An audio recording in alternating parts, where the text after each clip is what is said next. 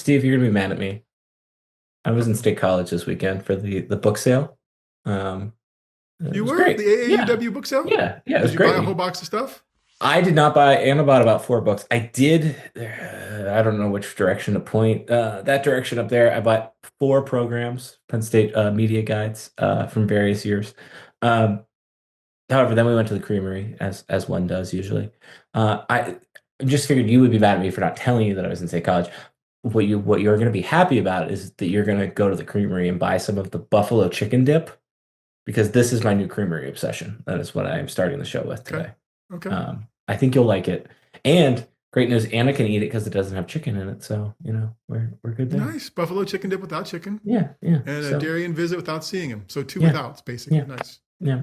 Anyways, do you miss me? Hi.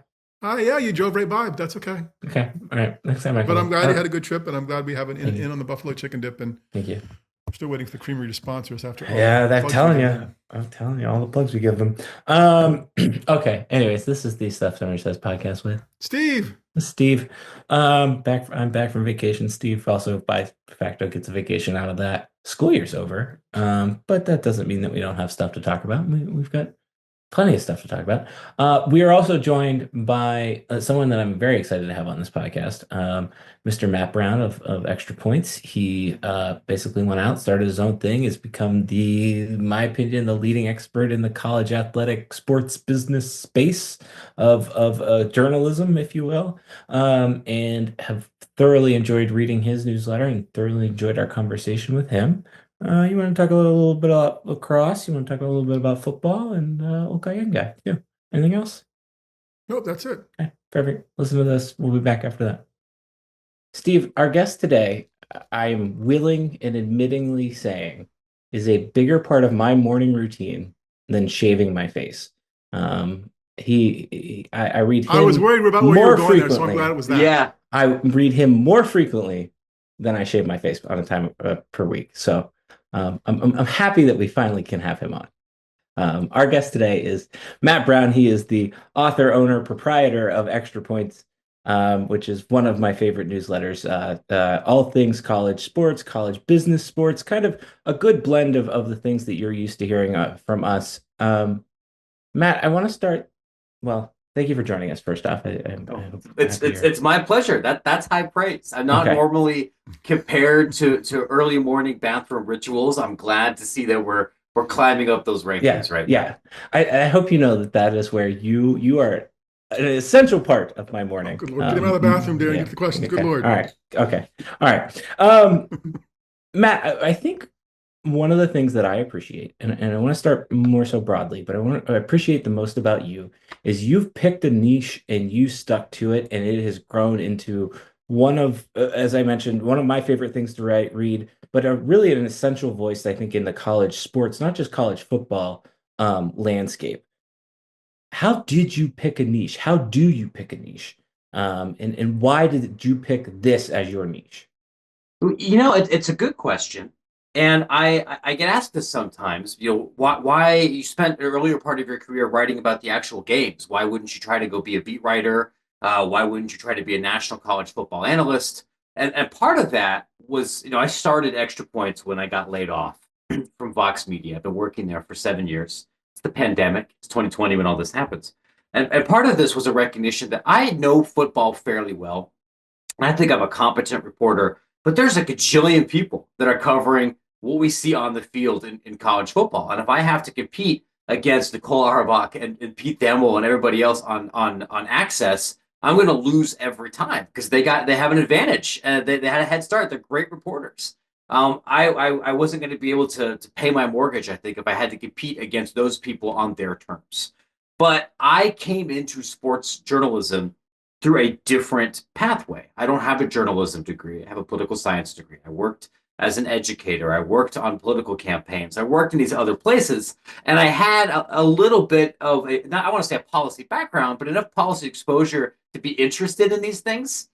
And I think my work at SB Nation also showed me that that audience doesn't necessarily scale. The people that are interested in labor law or in higher education policy or in television deals, you're not going to get 2 million people to read those every week, but you can get 2,000 people who will pay you $9 to read it because that includes so many folks that work in this industry, that study this industry, or are hoping to be a part of that industry. And I'll tell you, just as a media person, being liberated from ever having to care about page views and just be laser focused on trying to be the best I can be on this one little area is really liberating, because that might mean everyone else can go chase what's going to happen with Alabama's quarterback battle or something. If I want to write about UConn football scheduling or college softball or some D2 realignment thing, I can do that.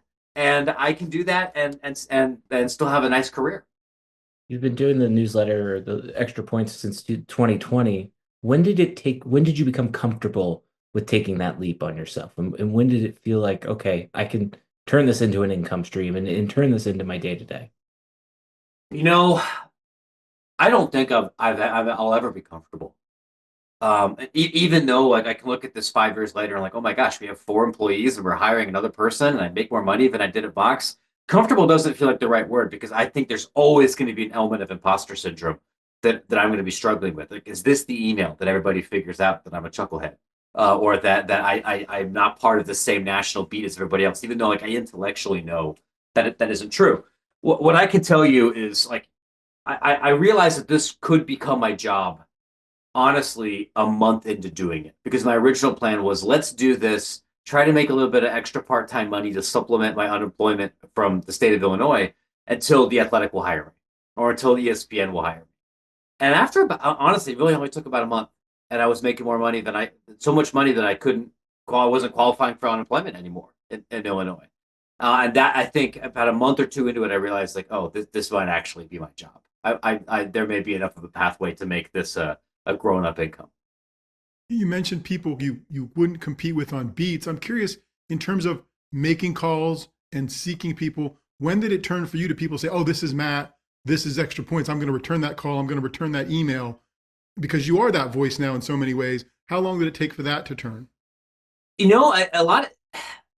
I would say that it really does depend on the market. By about year 3, when I had been purchased by D1 Ticker, which is a pretty established voice in the college sports world, that changed. Because then at that point, if I could say I'm Matt Brown with D1 Ticker, everybody knows D1 Ticker, even if they don't know me.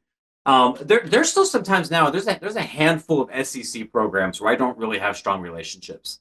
And if I was to call the AD there, or even the SID there, I might not get a call back promptly. Which now that I'm not part of D1 Ticker anymore. But after about 2 or 3 years, I could get a call back from most anybody. And I was also fortunate that I wasn't starting from ground zero. Like I had been making calls. I had already written a book. I tell people I was the second most famous Matt Brown writing about college football. You know, the one in your neck of the woods probably had me beat when I was first getting going. But I did know enough people that, some of my very first readers in 2020 were conference commissioners or sitting athletic directors. So I think it would have been much harder if I had done this when I was 25. Did the policy and political science background and other experiences, you think, help you in terms of questioning and just the curiosity to not go about it the way that a business story drops into a sports writer's lap and they're like, oh, I got to figure this out. There's no score here. What is this? You're playing a different game in some ways initially, and might come to it in a differently better informed way, maybe? In some ways, I think that's absolutely right. This background and some of my other professional background, taught me to think about policy and to write about policy and care about policy. I tell people, like, my first job out of college was teaching 4th grade in Louisiana, and I was teaching in a district that would produce lots of high level D1 athletes. And how you write about academic standards and eligibility protocol and some of these like high level NCAA issues or APR, when you spent time in districts that are very different from the kind of places that send people to Columbia, that does change how you write about this world. That, I think, is an advantage. Writing about visas and immigration status and international athletes when your mom was an immigrant and when you've lived part of that life, that does change how you do things a little bit. So I certainly think that some of that, especially when it comes more to higher ed and K-12 specific policy, I came in, I think, with some advantages and to compensate for the fact that I was missing some things that maybe some of my peers might have had from their more traditional backgrounds. Thank you. What is the more powerful or useful tool in your arsenal? Your contact list or a FOIA form? Oh, it's always the foil form, and I'm blessed at this point. I've been doing this for a while that I do have a lot of contacts and people, not just ADs or coaches, but folks that work at athletic apparel companies or television consulting companies or electronic arts. Like I could often make a couple of text messages and get somebody on the phone. But the beautiful thing about open records legislation in college sports is that outside of a few very small exceptions, Penn State on being one of them to my chagrin, but just about, outside of like 5 or 6 schools, anybody can make the school respond to you. If I could call up James Franklin and he could choose not to return my phone call, or I could call up Ryan Day and he could choose to ignore me. But Ryan Day can't ignore a FOIA, or at least Ohio State's legal counsel can't ignore a FOIA. And so learning to use that tool in a way that's not necessarily an adversarial process, but as a tool that can help inform not just the general populace, but people within the industry, I think that's really valuable. The way to get the most out of that tool, though, is to combine those two things. Because often, if all you do is FOIA, you'll miss a lot of context if someone just sends you 300 pages of PDFs. Or without my phone, without the context, I wouldn't know what to ask for in the first place. You're doing both of them together. That's serious professional journalism. When it Go ahead, Steve. I was going to ask what the runway is on a story. Like, how many things do you have perking now, and start to finish on something that how long does something? I mean, certainly there's things that break, but it seems like more of your stuff is thought based, takes a little bit of time, it's percolating. What's a typical? And I know they're all different, but give us a sense of like how long something's perking until it becomes reality. I think it does vary a lot, but you touched on something that's both one of the most exciting and more frustrating things about doing this business at my scale. I'm generally working on 4 to 5 stories at once, and I can't. Oh, and I know Extra Points publishes 4 days a week. Generally comes out Mondays, Tuesdays, Thursdays, and Fridays. And I can't control when someone's going to call me back. And there'll be times when I thought I had a story to run on Wednesday, and I'm sitting there at 8:30 p.m. Central. And I'm like, man, I don't think I'm serving my readers if I run this now versus tomorrow when I might get one more guy on the phone. And so there's been a couple of times like, okay, it's 8:30, time to pull a column out of my butt, time to do a mailbag, time to figure something else out. But if I stagger my days where I'm doing some research, some interviewing, and kind of seeing what comes across my desk, I can generally, have a couple of different stories working at the same time. I wish I could tell you that every single thing I publish is a result of like 6 interviews. It isn't. But one of the other kind of advantages of doing this for a while is that sometimes because you've done the 5 years of prep work, you can do something very quickly. So like as I'm talking to you earlier this afternoon, there's been a couple of news stories about the University of Tennessee potentially going from Nike to Adidas. Well, I might not be able to get Tennessee's athletic director on the phone, and I probably won't get Adidas public relations on the phone in the next 36 hours.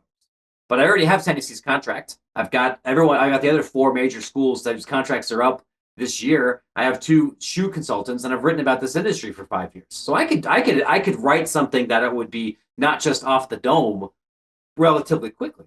It's kind of the saying, right? When you go and you pay a plumber, and the plumber comes to your house for an hour and they charge $800. You're like, $800 for an hour work? Like, no, you're paying me $800 for all the 10 years that I had to spend to learn how to do this in an hour. And there's some of that, I think, with how I do news gathering. From your conversations with administrators and college athletics people, what's keeping them up at night? A lot, right? And this actually I think is pretty important for fans of college sports to realize, because Division I is massive. If you are a school like Ohio State or Penn State or Michigan, you are not really worried about the existential health of your institution. Ohio State and Michigan are going to be there tomorrow. You're bringing in north of $200 million a year. You're very concerned about revenue sharing. You're concerned about a potential $20.5 million hole in your budget. You're concerned about how you can get more money from your multimedia rights deals, what your relationship is like with Congress, who's going to be an employee, what sports you offer full scholarships, which ones you don't. Those are all difficult challenges, right? Especially because the rules change every 2 weeks. And that will keep those ADs up at night. But then you look, maybe, you go up in the Northeast a little bit, and you're at somebody like at Central Connecticut State or Rider or Canisius or something. You're worried about staying open. And like, not just do I stay as a Division I institution, like am I still going to be an institution or not? Because there's so many schools that are bleeding enrollment. And it's not a question of, how can I fundraise enough money to go compete in the NEC? It's now we have roster limits and I can't stack 55 people on my softball roster who are paying partial tuition. How do I keep the doors open? There's a level of, I think, of stress and trauma that are that are different from big schools to small schools. I think if you're in the Ivy League, particularly under this administration, there's some like, how do I stay out of the limelight kind of issues, right? What happens if I lose my NIH money? And I'll tell you this last thing, like, not to get political, but so much of athletic department budgets, particularly the mid majors, come from FAFSA. They come from Pell Grants. They come from federal matching funds for people who are not on full scholarships. It's part of how a lot of people are able to get their college baseball and softball and golf rosters put together. And I have talked with ADs that are like, we're worried that if, because of some changes in the DOE or DOJ, or even if no one does this on purpose, the FAFSA check might not get here in time. Or we might have to budget a world where we're losing some of those federal funds. That's way bigger than NIL. That's bigger than having to play on the CW or having to go travel to go play at Washington or something on a Tuesday night. There's a lot of things keeping these guys up at night. So what of those issues keeps you up at night, if any? Well, I mean, I'll be up, friends. I'll be honest. Issues with my business keep me up at night. Well, besides, of course. Independent of college athletics, right? Like, how am I gonna sell more ads? What am I gonna do if there's an economic downturn? But I will say one thing as a consumer, as a fan of college athletics, and as a patriotic American, one thing I'm really worried about are changes in college sports governance that remove scholarship and athletic opportunities for Olympic sport athletes. As far as I know, the biggest scholarship program in the United States is the GI Bill. The second largest one, and the gap ain't that big, is college sports. And if we move to a world where more revenue has to be concentrated in football and men's basketball and a place like Penn State, maybe wrestling or hockey, and we don't have as many opportunities for men's volleyball or for field hockey or for lacrosse or for soccer, that won't just hurt American competitiveness at the international scale in the Olympics. When you kind of go down the line, that will mean that hundreds and hundreds, if not thousands, of athletes across divisions 1 and 2 will lose access to an affordable college education. And I am concerned. I shared this concern with many administrators that may be an unintentional consequence of potential college athletics changes. And I think as a country, we would be poorer for it, even if that's more just for Big Ten football players. That's something Steve and I talk a lot about, actually, just because that Penn State, there's 30 other sports that aren't football, and yeah, and men's volleyball is a good example of them. But yeah, no, I agree with that. Go ahead, Steve. Yeah, men's volleyball in particular, I think, might be the most screwed sport in all of college athletics. Yeah. I think if I was a Penn State fan or somebody that's really committed to that sport, I would be pushing Pat Kraft and pushing the rest of this university to look at how can we sponsor the sport independent of the NCAA. Because if Grand Canyon can't make this work, right, you can't have a national sport where it's UCLA, Hawaii, BYU, and Penn State. If Ohio State's already walking back some of their support there, you need somebody else to advocate for what a national competition model for this might look like. And men's volleyball is right off the dome, but I would say that's true for men's gymnastics. I would say that's true for women's bowling. I would say that's true for probably 8 other sports that are in a really difficult membership situation. As you talk to administrators and college officials about this, they know that, they see that train on these tracks. So is there, in their mind, any way to slow it down, change things? Like, what are they thinking about? Because that's the result I think a lot of us see, is like these Olympic sports are in trouble. What are those thought leaders thinking about how they can possibly alter, impact, adjust? It's a really good question. I'll tell you, I think some of the most interesting ideas I've heard about this have tended to not come from college sports administrators. They've come from coaches associations for swimming and track and volleyball, and many of those coaches associations have now secured independent lobbying arms, just like the Power Four conferences in the NCAA. I've seen this in some levels of academia, but I think one of the both major blessings and major frustrations about American higher education compared to our brothers and sisters in Western Europe or South America or elsewhere in the world is that it is enormously decentralized. And that can mean that in many ways, nobody's really in charge. On one hand, that's great, right? There's what 17 different Penn States out there, depending on where you are in the Commonwealth, that may be able to offer you a different kind of education. We have very religious schools, we have HBCUs, we have gigantic R1 public schools, we have smaller regionals. All that's great, but that what that also means is when it's time to advocate for some kind of national athletic policy or even national higher ed policy in general, nobody's really in charge. And so you'll hear a lot of people say we need strong leadership. We need to coalesce behind something. And like, well, that's great, but that's not my job. I don't have a .edu email address. I'm just the guy with the microphone. And if you're the commissioner of the SoCon, you might say, well, it's not really my job. That's Charlie Baker's job, or that's Greg Sankey's job, or Tony Petitti's job. And they might say it's somebody else's job, or they can't do it themselves. I am not confident. There's strong momentum right now within the current college sports apparatus to meaningfully protect Olympic sports, even though you and I and Congress and God and everybody with a Twitter account knows this is a potential legitimate risk. You talked about, my sense is you're watching sporting events, you're looking at ledger sheets and FOIAs and whatever else. When you go to an arena or watch a game, how do you not focus? How are you able to not focus on everything else around that arena, which looks like a story idea to you, as opposed to the competition on the field or court? Boy, this is a really good question. And I hope it's okay here if I answer this completely bluntly and honestly. Because if I go to a college basketball or a college football game as a civilian, just a regular fan, I try to do this once or twice a year. What you're describing, Steve, is almost exactly what happens. I find myself, I care about the game. I grew up a sports fan. I still am a sports fan. But I do find myself looking at sponsorship activations. I'm looking at scoreboards. I'm thinking of who I would talk to in this facility, much to the chagrin of whoever I'm with.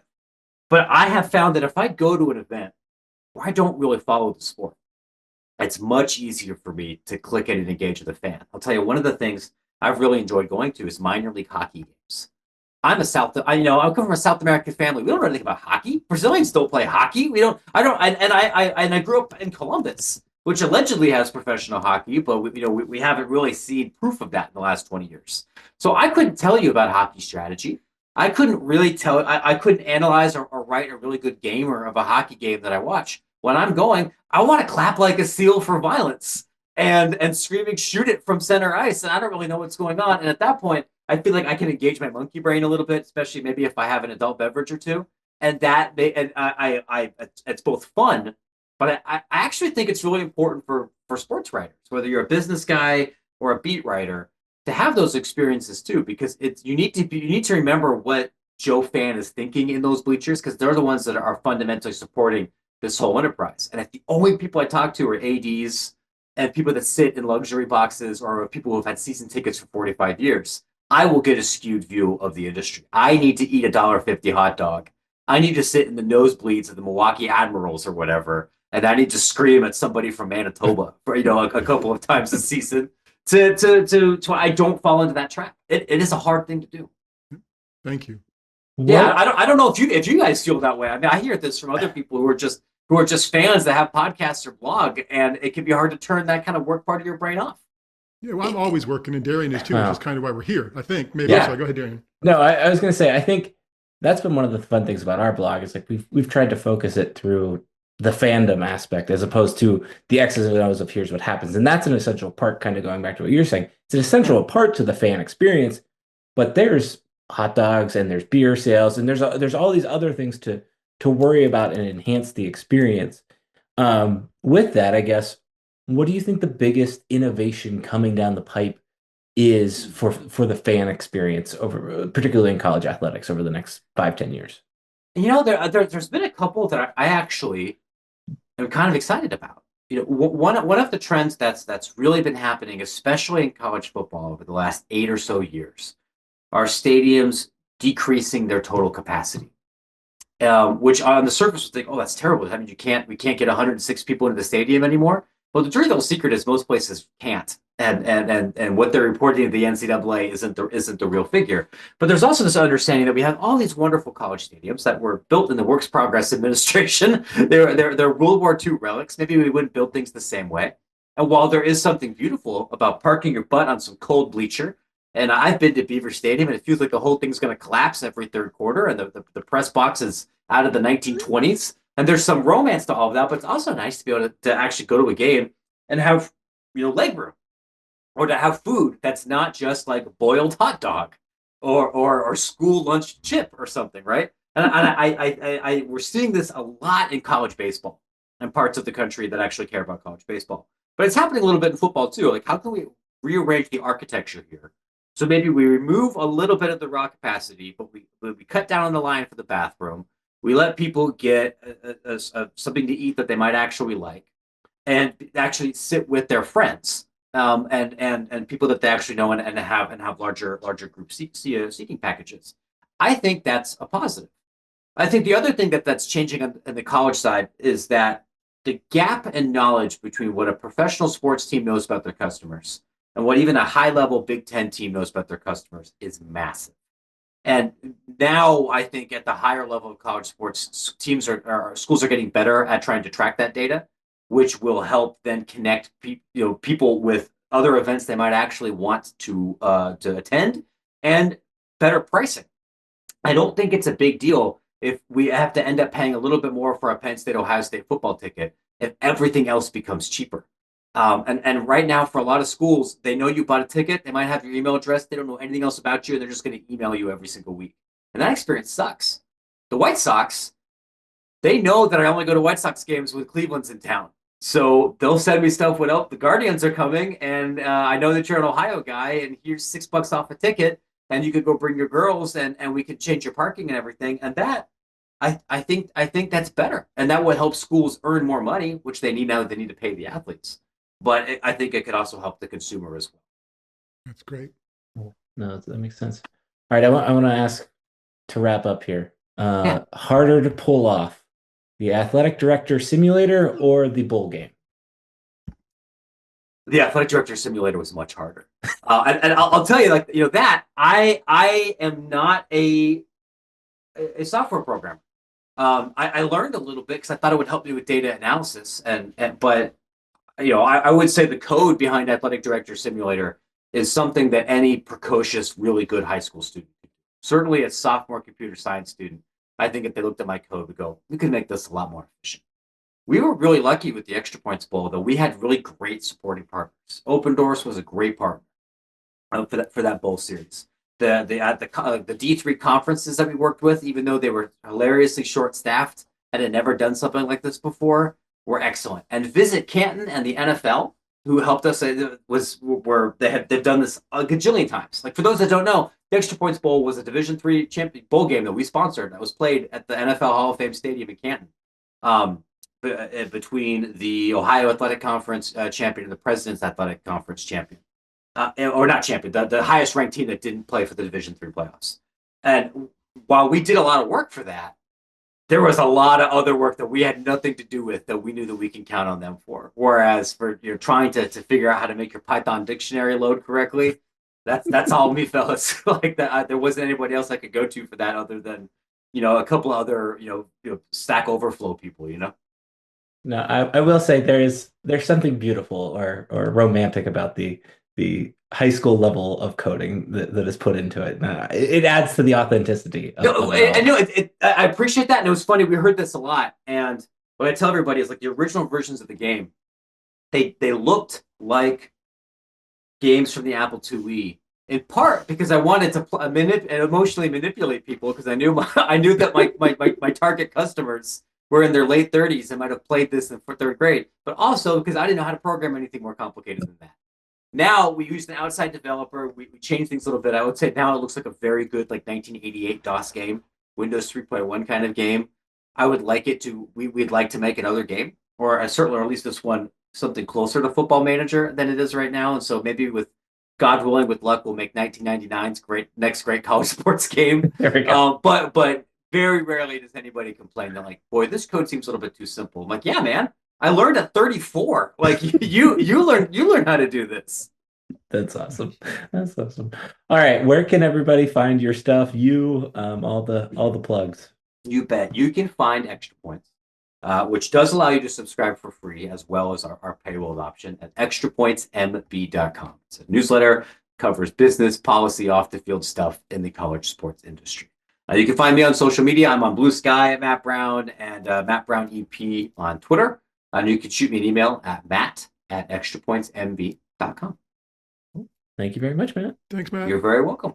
Steve, I love Matt's big picture thinking, and that most of his newsletters comes through there, and it's good to have a actual conversation with him where it came through there too. I think to me that is his newsletter. If you're not reading it, not subscribed to it, it has a lot of these bigger picture conversations that, to his point, yes, like they may impact college administrators first, but they're going to impact fans, and his ability to make you relate to that, relatable, make it understandable, I think is one of his superpowers, if you will. Yeah, he did some stuff on St. Francis a few weeks back when they went from Division One, or made the announcement about going from Division One to Division Three, and I think he's right about the crisis for college athletics. Man, think about, yes, we think about basketball and football and the big sports, but after that, if there's not men's volleyball, as Penn State knows it, and again, not a lot of sports, a lot of teams nationally, and that's part of the challenge. But if you start picking off 6 or 8 different sports that don't happen across the country, college sports becomes a much different animal. And I appreciate the lens through which he looks at stuff, from the business side, the media side, the money side that's not just about NIL, the money side that's about keeping colleges afloat in some cases, as he mentioned. So it's really interesting stuff and worth your time to check it out. Yeah, I think one of the things that he's also helped me realize or think about is like, and this goes back to, we bring this up, Penn State is one of the Power Four, right? But in the Power Four, it is towards the top tier of budget, income, revenue, spend, et cetera, however you want to put it. But then when you think about these, smaller colleges, Canisius is a good example. Rider is a good example. Siena, like the small little lifeblood community gathering points, like communal gathering points, like for those to potentially go away because of something as big of what kind of sort of what Penn State is doing in a matter of fact, I think, it's important to think about and important to be aware of, because it's just as important to the college sports ecosystem as Penn State football is, or Big Ten football is, or really college football writ large is at the Power Four level. So no, appreciated Matt joining. I'm glad we got to have a conversation with him. It was great. Yeah, really appreciate his time. Appreciate him answering the email and making time. So yeah, check him out if you aren't already. We always like when people say yes to us. Okay. Let's start with lacrosse, because that's the news of the week. A couple different ways I think I want to go with this, and I am right about this week. And this was an inside thought that I think we're going to make an outside thought now that I've alluded to a little bit on Blue Sky. But we're at least going to talk about the facts, and the facts are that Penn State men's lacrosse pulled off one of the greatest comebacks, I think, in recent history of besides maybe women's volleyball did what they did at the national semifinals this year, to advance to the Final Four this weekend in Boston, or Foxborough, but by way of Boston. They'll take on the number 1 seed Cornell. I don't want to sound like a broken record. I mean, at this point, I know I went through 5 weeks of saying it during hockey season. But the other program that kind of got held and screwed by COVID at Penn State was Penn State men's lacrosse. It's great, and I'm so excited that they are kind of headed back on this trajectory, and can hopefully avenge the loss of against Duke a few years ago in the Final Four, where they lost controversially on a terrible call that now literally the next day the NCAA is like, we can review that. I think it's a testament to Jeff Tambroni and his ability to just be a good leader, and to see where Penn State men's lacrosse has come last 15 years.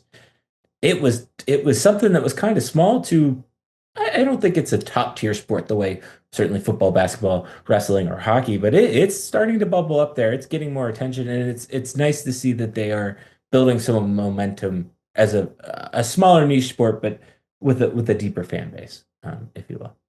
Yeah, I mean, they're not far. I mean, I think timing hurts them, honestly, in terms of Right. on-campus stuff, because their success happens, a lot of the culmination of their success happens when students aren't here, right? And then their schedule's tough, right? Just because spring, it can be tough in terms of scheduling wise. But that decade and a half, the Tramboni's been in charge, gets his facility. This is their 5th tournament, right? It's just, when I came to Penn State in the late 80s, lacrosse was an interesting sport. We didn't have it in my little podunk high school. It was neat to figure out. It was a gym class that wasn't, because I figured out my senior year that I did not want to play lacrosse at 8 o'clock in the morning and get my butt kicked by people who knew what they were doing. So I didn't schedule that. Like, I had 2 options. It was handball or lacrosse. It was 8 o'clock in the morning or 2:30 in the afternoon. So 2:30 in the afternoon won.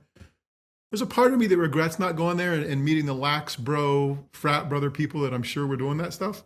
But it's a great sport to watch. They've had super success, and this run this season. I mean, they're 12-4, and they beat Cornell earlier this year up at Ithaca. So you got to be really excited about what could happen this week. Right. It's not impossible or improbable, and in some ways, I do feel like they are due. I'm now just sorry. I'm really struggling in picturing the alternate timeline where Steve Simsel is finance bro Steve Simsel, and not. Yeah, I'm sure Susan would have a hard time picturing that too. Yeah, she would. Yeah, she would. So can I get into my inside let's thought? hit the inside outside. Inside thought. Okay, and I'm massaging this take. I am not a Pat Craft hater, and that's what I want to preempt this conversation with. Gosh, I think you preempted that a couple times already this I year. know, So but I just want to make it clear. I have a little bit of annoyance with the repeated implications of people saying, and I saw it more publicly this week again, that the Pat Craft is quote unquote building a monster or creating this incredible athletic program. Penn State was one of the largest athletic programs, very well established by the time Pat Craft came here. All of the coaches that are currently or having major success, except for one, we'll see what happens with college baseball and Penn State baseball this weekend, were hired by people that aren't Pat Craft. Most of the recruiting classes that are coming to fruition, that are achieving all of this success, started before Pat Craft. I'm not saying that Pat Craft doesn't deserve any credit, because he does. He has made winning his MO, and he is seemingly signing a checkbook left and right, and I think that's great. And he's said that we're going to try to, going back to our conversation with Matt Brown, we're going to try to uphold and have every single sport possible at Penn State that we can financially support. All of those types of things. That being said, can we give the coaches some credit? And I think that's where my annoyance is, and that's why I'm saying I'm massaging the take, because Katie Shoemaker-Cawley deserves all of the credit in the world for the run and the team and the year for multiple reasons, both on and off the court, for what they did. Guy Gadowski, incredible job of literally flipping a switch with his team and seeing it through. And we'll even give James Franklin a credit and a shout out and that's so nice of you. I know, thank you. This is a pro James Franklin podcast for the most part. What I'm saying, I think maybe what I appreciate, and maybe what we should appreciate about Pat Craft, is his ability not to fire anyone. And I know that sounds except for the women's lacrosse coach. Well, I thought she was resigning. I don't know. That seems a little murky. But that being said, I just think, seeing the patients through and knowing and believing what they have is important, and I'm glad that Pat Craft did that. But I also think it's disingenuous to all of the coaches, whether it's Cale Sanderson, Guy Gadowski, Katie Shoemaker-Cawley, James Franklin, Jeff Tamburoni, for what they've done this season. I think Erica Dalback should be on that list too of what they've done this season. They're the ones making it happen just as much, if not more, than Pat Craft. And I just don't want this. I don't love this narrative. Who wrote something that got you all upset about this or so? I'm not going to name names today. It was on a popular Penn State website. It wasn't. This person's take was not that aggressive about it. But there's been a lot of tweets that I've seen about it in particular. I think, and it's just pump the brakes on those tweets. I agree with you. Let me do some percentage stuff here. I'm trying to not get myself in trouble. I agree with you 100%. I think Pat Kraft's, and I don't know if they're PR efforts, but his persona in terms of being, oh, we're going to fight for that. We're not going to open on the road in football. We're going to defend it. And we're going to be a champion and everything. His persona and his approach is such a 180 from what was here before that I think people are jumping onto that. And that's okay. Like, I not that they shouldn't. I think he should be the person that champions his teams and supports his coaches. So if I 100% agree with you, I think at most, though, for any of these sports, he deserves 15 to 18% of the credit. I think that's a fair number. But if that's enough to get you over the hump and get you to the Final Four, okay, right? Like if you're doing 75 or 80% really good and you just need that support, you need the we're going to support you and pay for, I don't know, better travel conditions, or we're going to make sure you have the money to do this. That is his job to get you over the hump. So I guess that's the part, as I now live therapy it, that he's just doing his job. Like maybe piling on it, but you're saying, oh, he's getting too much. Like, he is doing his job, doing it in a different way, maybe a little more publicly than some others, but it's his job to help put the coaches and teams in a position to succeed.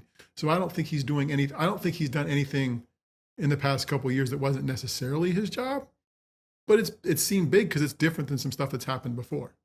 I think that's fair.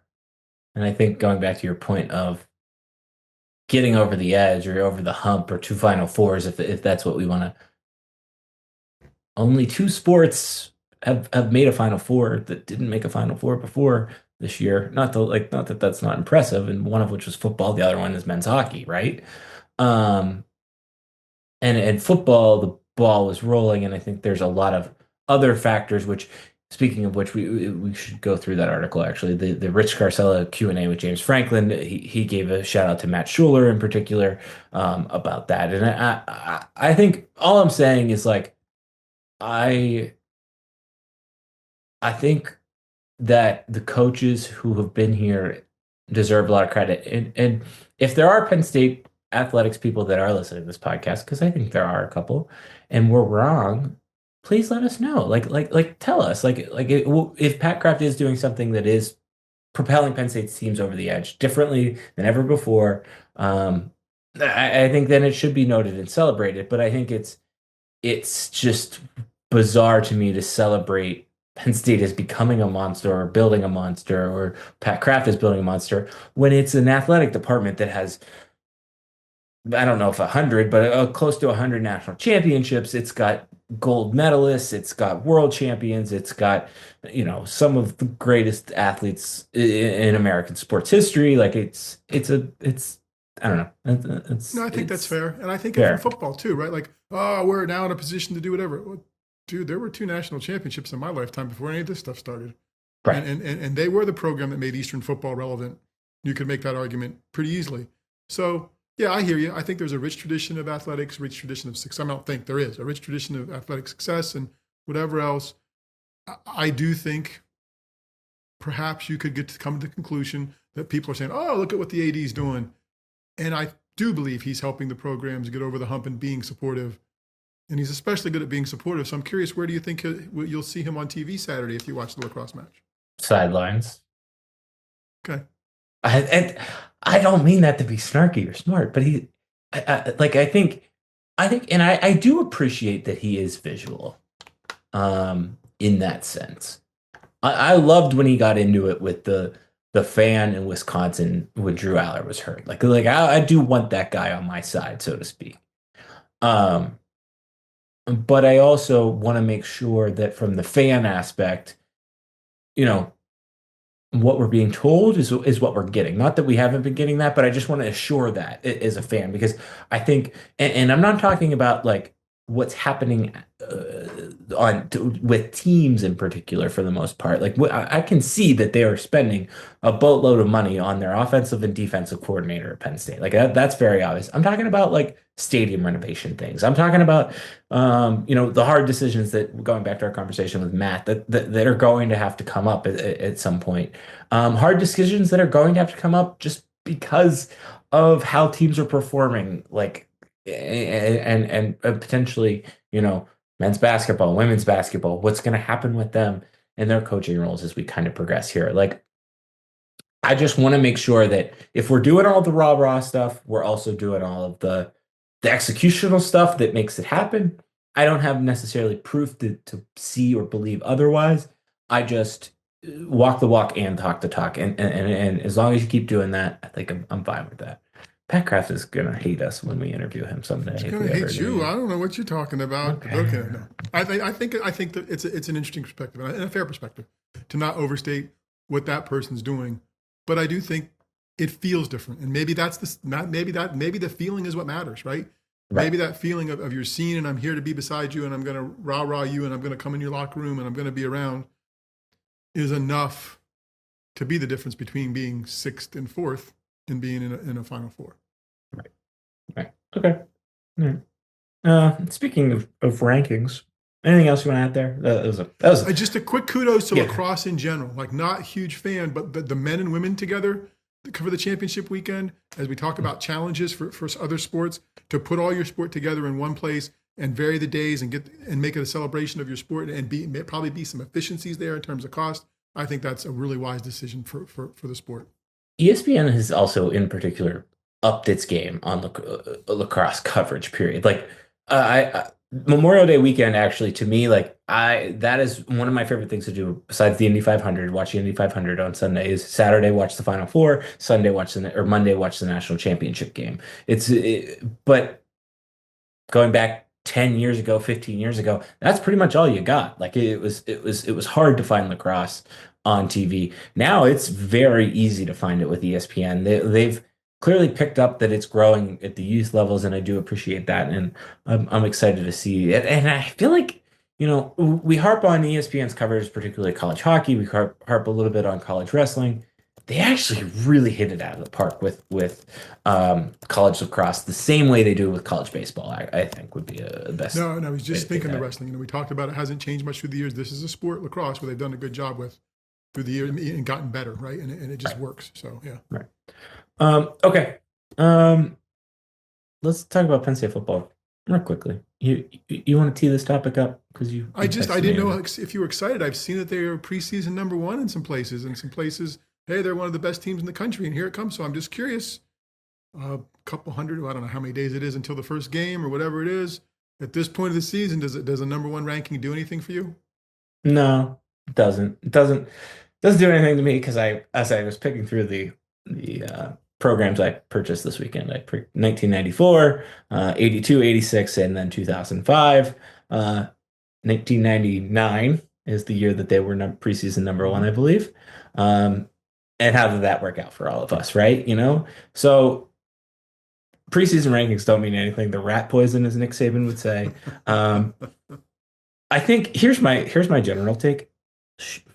Even if they aren't, for the most part, shouldn't the team that won the national championship last year be the number one team going into the season? Oh, what if they lost players?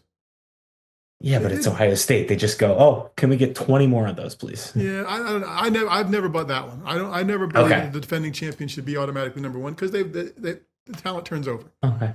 So even though I know it doesn't make sense that people are giving predictions and we don't get the real rankings till 8 weeks into the season, yeah, I never bought preseason ones that the defending champ should be the number one.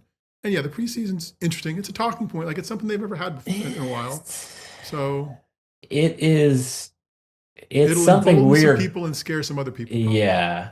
It's something we are going to spend, you and I are going to spend a decent part of our summer talking about. And I think rightfully so, because I know you've already said that you don't think they need to win a national championship, but the expectations are very high. And going back to our Pat Kraft conversation, what else does James Franklin need at this point? You know what I'm This is saying? the goalpost, right? We talked all through the first playoff run, right, about the goalposts moving because they've accomplished something. This feels like here's another set of goalposts that have been set up.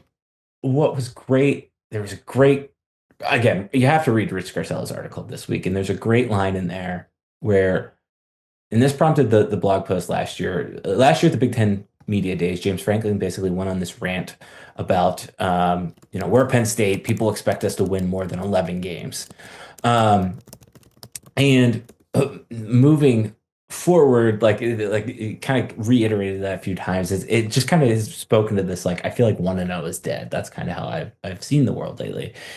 And then in the Rich Carcella interview ahead of the 2025 season, he basically said the same comment, except changed the number from 11 games to 13 games, saying, for some people, winning 13 games isn't good enough. And it's been interesting to watch that literal goalpost kind of shift and move around.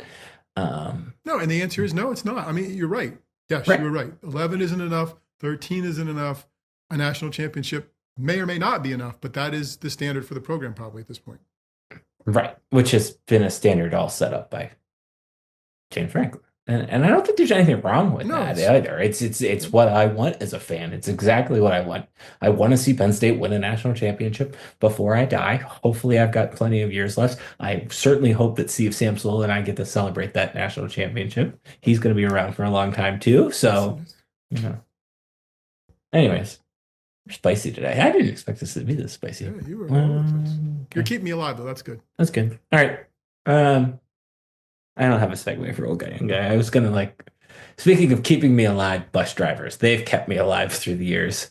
So did you ride a bus to school? Did you ride a yellow bus? Like, how did you get to school? That was what I was thinking when I said Okay. I was in school buses. This was good. This is a good question. So from kindergarten, I don't remember if kindergarten, maybe first grade to sixth grade. Altoona has for some of the more rural routes. We didn't necessarily live on one, but some of the people in our quote unquote neighborhood to the school I went to did. They had vans, so the vans would come pick you up and take you that way. And then seventh, eighth, and ninth, I took a bus. It stopped right in front of the house. 10th grade, I took a bus. 11th grade, I drove. And 12th grade, I drove, I think. So to 10th grade, where did you sit in the bus? Like, did it matter? Like, was there a culture on the bus of where you could sit? No, there was a culture of where you could sit. Yes, that was a factor. For the most part, I didn't sit all the way in the back, but I didn't sit all the way in the middle either. Kind of mid back, I guess I would say. Okay. That's good.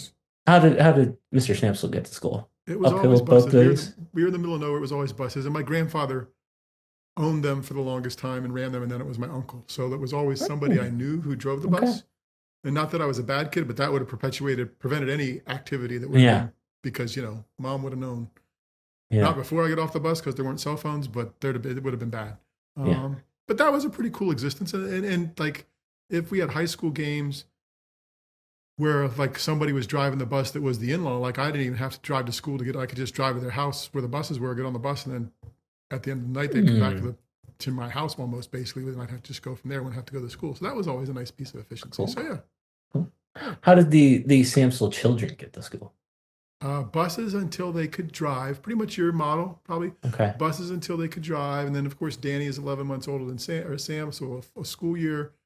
And there was always some level of like or dislike or whatever the temperature was in the relationship that week on whether or not Sam was getting a ride to school, right? Like, I mean, it was, I think for the most part, it's been more than a while now. I think for the most part it was together, but I do remember some moments where like it was like, no, I'm not taking you today or whatever else. No, I don't want to ride with you today. And Sam was more pragmatic. Like, I don't think she would take the bus just because she didn't want to waste her gas money or do whatever. Like, I don't remember her that's smart. driving as much when she had the ability to drive on her own as Danny did, just because she's like, well, why would I, but maybe I blocked it out. Maybe she did. But so yes, Samsel kids bus until the first time Danny rode a bus, she got on the wrong bus coming from school in Pittsburgh, like in the suburbs where we lived. And like, they had to throw her back on the right bus and bring her home late. So that was like her first bus experience. And then we moved to State College. But I don't think there was much therapy there. But yes, same model as you. Till like 10th grade, till they could drive, and then drive it in. No, that's fine. Okay. Yeah. Glad we discussed that. Anything else you want to discuss today? You good? No, we're not going to offend Pat Kraft anymore. We appreciate Matt Brown's presence. I was not offensive. We've got a great guest coming up to follow up on Matt Brown in a couple of weeks. We had a plan, so we're in good shape. Look at us having a plan. I think we can get to July, folks. That's what we'll say. I will probably have a column this week on the conversation that we are having. See what happens with lacrosse. Might get some inspired to write some stuff. Anything coming from you this week? Been noodling on the 105 thing. for the Okay. scholarships. I just haven't had time to look at some stuff. So Okay. maybe one evening this week I'll have a chance to look at what they're going. Like I hope the whole walk-ons and 105. I think I have some stuff to say about. They're called run-ons, Steve. Okay. They're called run-ons. They're called, yeah. In my world, they're called coaches looking for more bodies because I'm going to give you more scholarships, and yet you still want these other ones. So, yeah. Yeah. Okay. Sounds good. Baseball tournament starts this week. We didn't even talk about it, but it's the most interesting thing I've ever seen. You wrote about it? And I did write about it, and I did not expect. I had a couple of people text me and be like, "How drunk were they when they came up with that format?" Yeah, it's an interesting one, that's for sure. So appreciate everybody that contacted us about that. The website is called stuffsummersays.com. On that website, there's a section called With Steve. 5 stars, thumbs up. Appreciate all that. Appreciate everybody that's been subscribing to the YouTube channel. That's the easiest way to support the blog. I do have some temporarily bad news about supporting the blog. Maybe we'll do a sale because of this, but prices are going to go up not because of us for the Because stuff. of tariffs. Because of the tariffs. Yes, we are being impacted by the tariffs. Can I write about that? I don't know that that's on brand. And yes, you can just do it on Facebook. That's where I enjoy. That's where I enjoy your posts about that. No, so we can try to, if you want to buy some stuff, do it now. We will eventually this summer have a 3rd season of stuff. I haven't formulated all of the ideas yet, but I'm excited. So there's that. I have an email. Mine's Darian at stuffsummersays.com. Steve's is Steve at stuffsummersays.com. Perfect. You can find me on the internet at Stuff Summer Says. You can find Steve Samsel At Steve Samsel. See ya.